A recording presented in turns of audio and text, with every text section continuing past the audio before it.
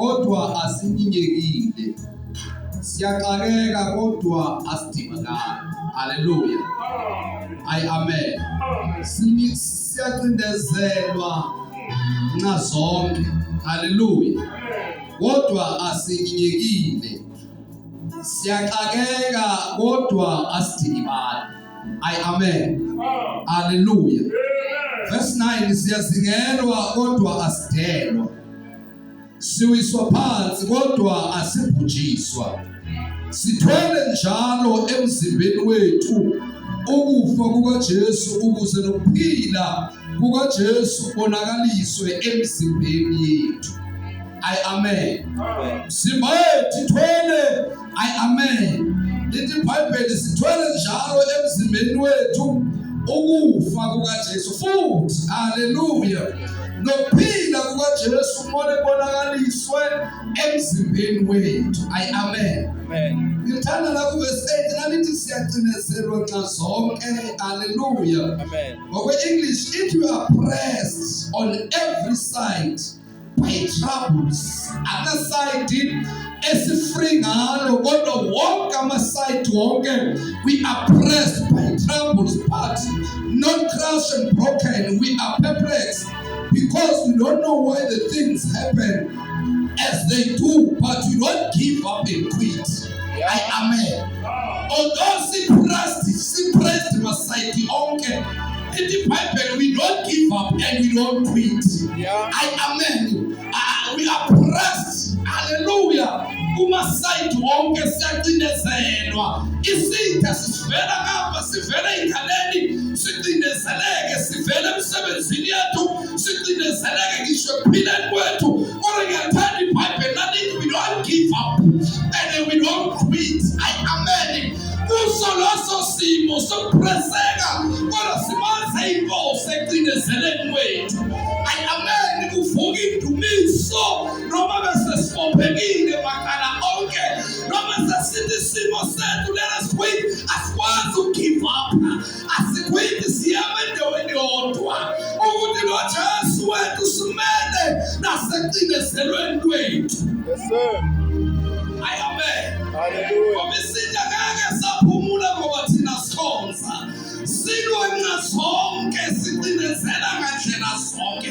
Hallelujah. Hallelujah. Amen. Hallelujah. Ngisho ngithi uSathane akanandaba nokukholwa kwethu. Hallelujah. Amen. Ulwa ngandlela zonke. Kodwa ngiyathanda iBhayibheli nasithi we don't give up and we don't quit. Amen. Noma sekuthiwa bakuhlebile but I will not give up. Noma sebekhulumeka kabi ngeke ngisequite. Noma isimo singahambi kahle ngiyethembe yena ngoba ngiphethe izimpawu zakhe emzimbeni wami. Amen. Hallelujah. Hallelujah. Amen. Unebani lika Mordecai. Hallelujah. Amen. Sizothandaza. Yeah. Amen. Amen. Lithi iBhayibheli uMordecai kwakusikwincwadi kaEsther. Lithi kwabekade bethunjiwe ezweni elithizeni. La inkosi kaShivheroshi mangaphazami wathi ebiza inkosikazi yakhe phambi kwabantu yangamhloniphi inkosikazi yakhe. Lithi iBhayibheli kulawa ahlukana nayo khona. Amen. Wase kufika isikhathi la kumele khona athathe unkosikazi. Lithi iBhayibheli kwathathwa intombi zayogcinwa lazazigcinwa khona zilungiswa ukuze inkosi mayizoshada ikwazi ukuzokhetha la eyintombini.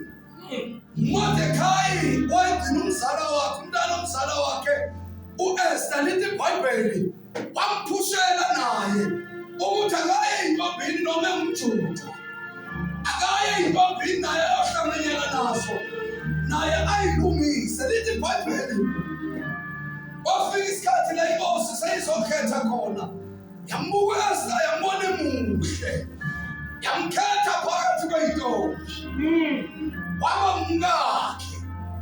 Lithi lenkosi ngekade amkhethile kwakunendoda egama layo linguHamani. Yayihlezi seduze njalo enkosini ihamba nenkosi layihamba. Yayingawafuna amaJuda ngoba izwe sikulo noma lingabukeka limnandi kangakanani kodwa lisifuna. Ayi amen. Ayi amen. Ayi haleluya. Lithi iBhayibheli njalo uHamani ukhipha izwi nezwe laphuma elalithi kumele kubulawe amaJuda. AmaJuda ayekuzile leyo thandaza. Incwadi chapter 4 uMordekhai uthumela imessage kuEsther athi noma usebukhosini hlanganyaka nathi ekuthandazeni ngoba abanye abantu bayanqabeleka kumisimo sisihle athi sithe siphumula. Ayi amen. Hallelujah. Ayi amen. Khona kwabalisa elinye ibali siseqhubeka nje manje sizothandaza. Bayibalisa ngamakhoboka ethi ngabantu babekade bethunjwe kwelinye izwe. Abantu bafika bathunjwa abantu lelizwe bafika banikeza umyalo baba ukuthi after 15 years lina lizokhululwa nibuye lezweni lenu. Bahlala labantu besazi bemane bekhumbuzana ukuthi asibona bala wawuthi umhlabelelo ukuthi umhlaba kulona ikhaya lami lisezulwini. Kanti bezithunjwa babethunjwa kwakhona oyedwa othandwe inkosi. Inkosi imbekela eduze kwakhe imthanda ngendlela esimanga. Imnikeza konke ephila kahle edla kahle. Lithi lemali ngelinye ilanga zamane iqhubeka insuku bebala bebona isiyagoduka bekhumbuzana ukuthi sekusele iminyaka seyi4 sekusele iminyaka seyi3 sekusele ehlanu ukuthi siye ekhaya. Sithe mayifika insuku sekumele babuyele emakhaya barelease njengoba kwakushiwo bazokhululwa bathethele ukuthi abahambe baye emakhaya. Leyo noma yayihlezi kahle enkosini. Yabona ukuthi angikwazi ukuphulukana nokuhlala kamnandi kanjani. Amnanga abafowabo bathi asambeni siye sibuyele ekhaya. Wathi hayi mina ngisayindawo sengiwala. Amnanga bagcina bemiyeke babuyele ekhaya. Wasala yena la. Wasala ehlezi kumnandi. Sengekho islaves esikhona sele yena yedwa naye ehlezi kamnandi ebukhosini ezazi ukukhululekile. Wafika la inkosi ishona khona. Umishoni inkosi bathi ngokomthetho wabo ayingcwatshwa yodwa inkosi. Inkosi lengcwatshwa kufuneka ingcwatshwe neslave. Baba babheka babona basekho ilave la ekhaya. Sizokwenza njani? Waqhamuka yedwa akukhona wasala kulaba babekade bethunjiwe. Lo wahlala ebukhosini wancabeleka abanye bebuyela ekhaya. Waphoqa ukuthi akabulawe ukuze ngcwatshwe nenkosi. Ayi amen. Abanye amazwi bamshone bani noma umhlaba ukuphatha kahle. Kodwa umhlaba kulona ikhaya lethu. Khaya lethu lisezulwini. AkuJesu yimi indlela nobomi. Ubuthatha uJesu ulungisa indlela ekhaya. Ngoba usayi amen. Ithi lithi iBhayibheli uMordekhai wathi kuwe Esther noma ungaba sebukhosini. Kodwa nawe masibophoza usala. Uyophupha kanye nathi. Bayekhulekeni. Bakhuleka bonke bengabaJuda. Ayindaba la ngekhona. Ayi amen. Lithi iBhayibheli kwenzeka ngelinye ilanga uqhubeka ke ukuphila lapha kwincwadi kaEsther lengikhotayo. uHamani ehlezi hamba nenkosi kwakhona la kwangazange athande khona uMordekhai. Mordekhai wayesesangweni lenkosi ngokutsho kweBhayibheli. Lithi iBhayibheli babemphakamela bonke bekengena uHamani kodwa uMordekhai wayengamphakameli. Wamzonda ngendlela eyisimanga uMordekhai. Lithi iBhayibheli waze wenza iphole emzini wakhe endaweni yakhe. Wabeka iphole lephole wayigumbele ibeka lapha. Wawenzela ukuthi kubethelwe khona uMordekhai. Abulawele khona. Ayi amen. Lithi izwi lenkosi efuna iplan yokuthi azokwazi ukuthi acele uMordekhai ayobethelelwa lapha kuleya plan lana. Kanti uEsther naye sekuthandaziwe le ndaba yokuthi kulawo amaJuda imphethe kabi. Lithi iBhayibheli ngelinye ilanga inkosi ihlezi besedilini bonke kanye noHamani. U-Esther waziposishina waqondana nomnyango phambi kobuso benkosi efuna inkosi ukuthi imbone othanda amen bangcwele. Ngoba iposishini ibalulekile, kungenzeka ukuthi kwesinye isikhathi awuphumeleli nje kanti awukho kwi-right position nenkosi. Kodwa uma right position inkosi kubheka kunezinto ezizoqaqeka empilweni yakho. Lithi lenkosi wena esemuqandana nomnyango inkosi yambuza esifuna wenzelwe. Wathi hayi Nkosi yami ngicela nje uHamani nenkosi yami bafike nje kunedile engibalungiselele khona bakuzodliwa nje iphuzu kwayo. Haleluya. Amen. Hayi impela bayo-attenda iy'nsuku iqhubeka zihamba kumnandi ezamisa u-Esther lokuveza lo daba abafuna ukulenza uHamani. Amen. Amen. Lithi izwi lenkosi ngelinye ilanga inkosi yaphelelwa ukuthoba. Haleluya. Yathi ukuphelelwa ukuthoba yabiza iy'qaka zayo iy'ncedi zayo eziseduze kwayo yathi ake ngiphathele iy'ncwadi ze-history kuke kufundwe nje iy'ncwadi zomlando kuke ngifundelwe nje umlando.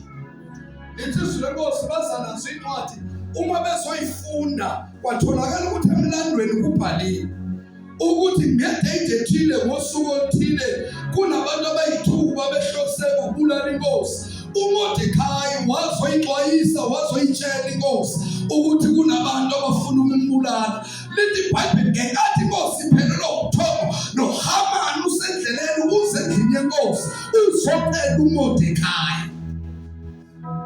Uselesu lokuyobulala uMordekhai kanti lenkosi iphelelwa ukuthoba kwancwadini walathi incwadi zomlando. Uma kufundwa kwatholakala incwadini uMordekhai wake wayisiza inkosi ngedate ethile.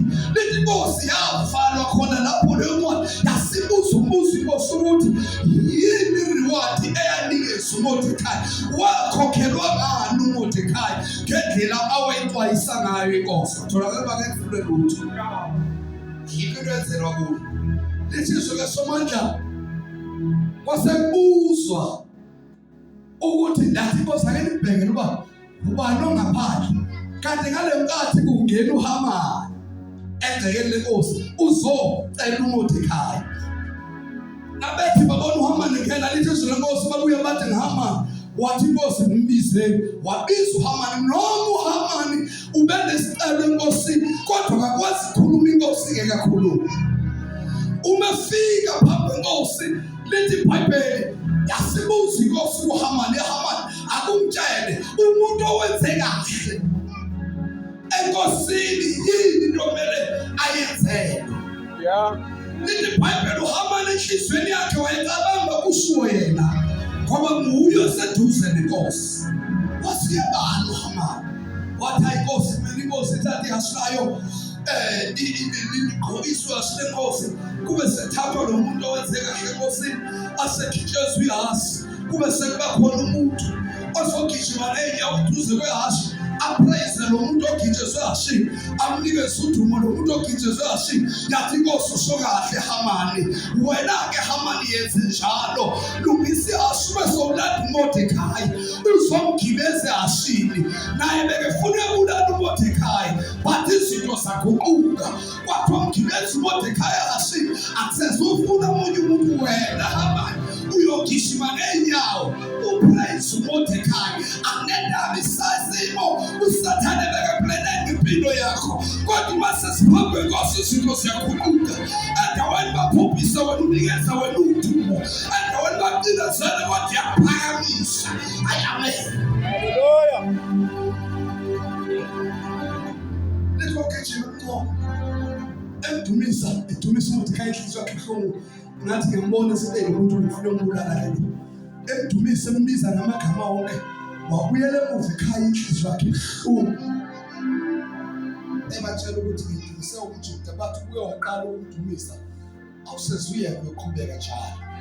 Ngizosho njalo namuhla nje ukuthi noma sesicindezelwe nxa sonke kodwa the day siphakanyiswa besitha asikwazi ukushonisa phansi siyophakama njalo. Amen. Lithi iBhayibheli wabuya uHamani ngoba kwakade kunenye invited me ikhitshwa uEsther ukuthi uEsther esithi ake niphinde nibuye futhi nizodla nawe wena Nkosi yami noHamani ngilungiselele isidlo. Lithi iBhayibheli wabuya uHamani nake buya uHamani ebuya esidlweni inhliziyo yakhe efela ibili mnandi ngami. Kuna inkosi imbuze khona uEsther. Kahle kahle Esther yini ufuna ukuyenzela? Cala noma yini inkosi. Inkosi kwenzeke. Uthi uEsther nemhlungu ngoba kunomuntu ofuna ukubulala isizwe sakithi. Nami futhi ngeke ngizisile. Lithi iBhayibheli inkosi yama ngeenyawo ngoba yayimthanda. Yeah. Yagcwala umsindo uba ubani lo muntu ozoba nenhliziyo endikangaka. Ocebe ukubika ngawo. Wangakhombi ukuthi uEsther. Wathi nguye uHamani. Ay amen. Lithi iBhayibheli inkosi yaphuma ngomsindo yaphumela ngaphandle. Waphakama uHamani la wayekhona wayembhedeni wenkosi. Wafika waguqa ngeenyawo ebone ukukwata kwenkosi. Waguqa wanqeka embhedeni wenkosi encenga uEsther. Alento aqeda ngikhuluma lithi iBhayibheli umengene inkosi emfica sembhedeni wakhe. Yanyanya inkosi safuthekile umsindo kwaqhamuka esinye sayigijima sathi inkosi yena uHamani lo kunephawula ibeke emzini wakhe la ufuna ukubethela khona uMordekhai. Yathi inkosi thathani yena uHamani nombethela izothi unyaka sowuphela angazi uSathane beke eplaneni kodwa amaplani wakhe ngawo yolenga kodwa thina noma sininezelwa ngazonke lithi iBhayibheli asinikezeni.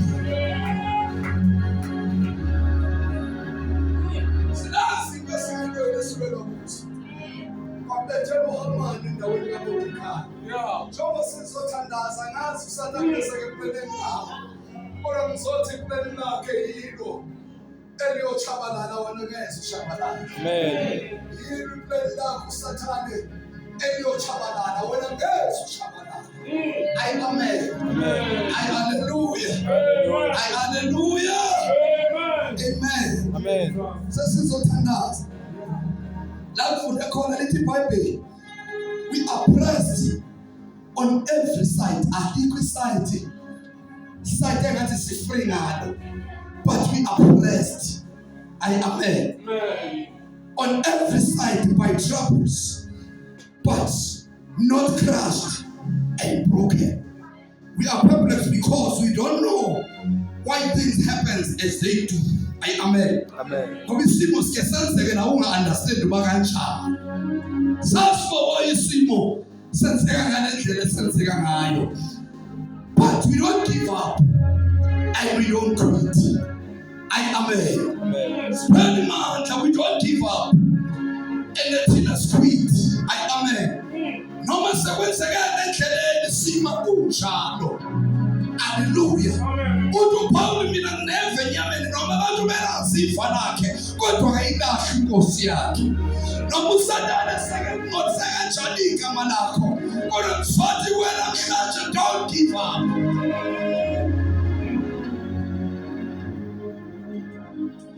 Amaplan uSathane into zakhe yabe kahle kodwa kuyogcina icebo kaJehova. Yeah.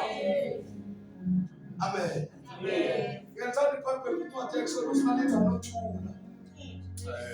Mina ngiyolwe.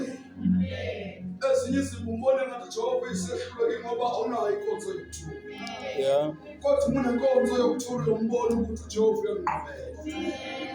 Uthi mina ngiyoba nani endleleni yonke.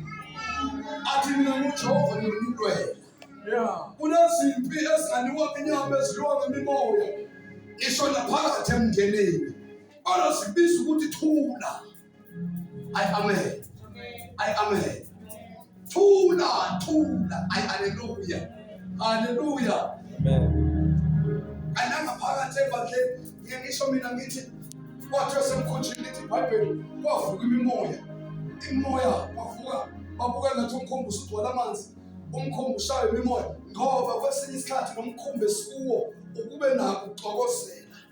uzufise nokushintsha uyokhonza kweminye imikhumbi kodwa ngizothi mlala ukhona namandla okuthulisa khona mana amandla okulandelwa imibono umsebenzi iBhayibheli lothula mina Jehova ngizolwela lithi iBhayibheli engikufunde khona lithi we are pressed kuma-side wonke we are pressed sinofaya sesingema ngako sithi sidlulela kanti sokholwa ngakhulekela kanti sekele ngaba nenkosi kodwa sime simvelela engazi bakwenzakala na but azange give up mina azange ngiquit endleleni amele lithi iBhayibheli lothula ngizolwela the plan of Sathane kodwa kuyoneka yena njengoMordecai thina siyohamba si-free uma senza intando kaThixo.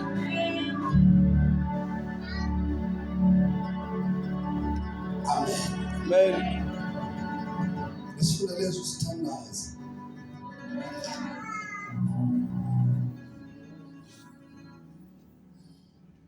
Sithi ngcwele somandla. Nkosi yethu kuwa bona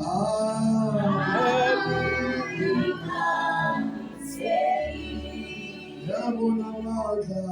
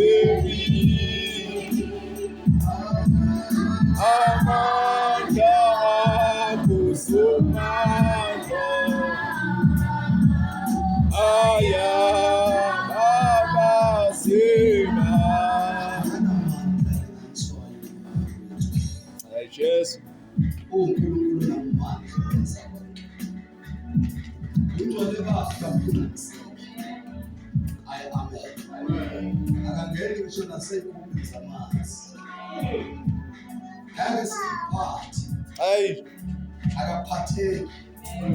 Hallelujah. Akaphatheki. Amen. Hallelujah. Hallelujah. Ungcwele nje.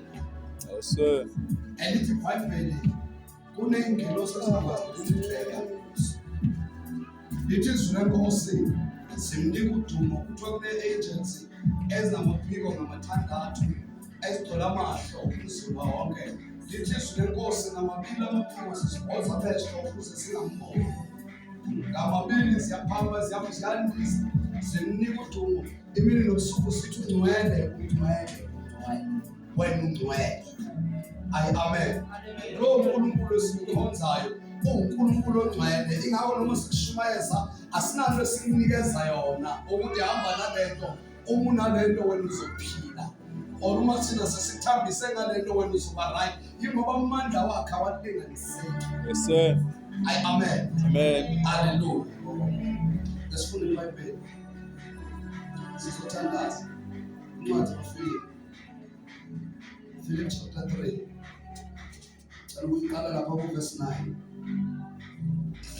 uPaul uthi kanti konke ngokwenzizwe kungakushaya indiva ngenxa kaKristu. Amen. Nami ngibambelele kuyo ngenxa kaKristu. Amen. Amen. Amen. Hallelujah. Hallelujah. Amen. Ngakhuluma ngalezi sizothandaza nje.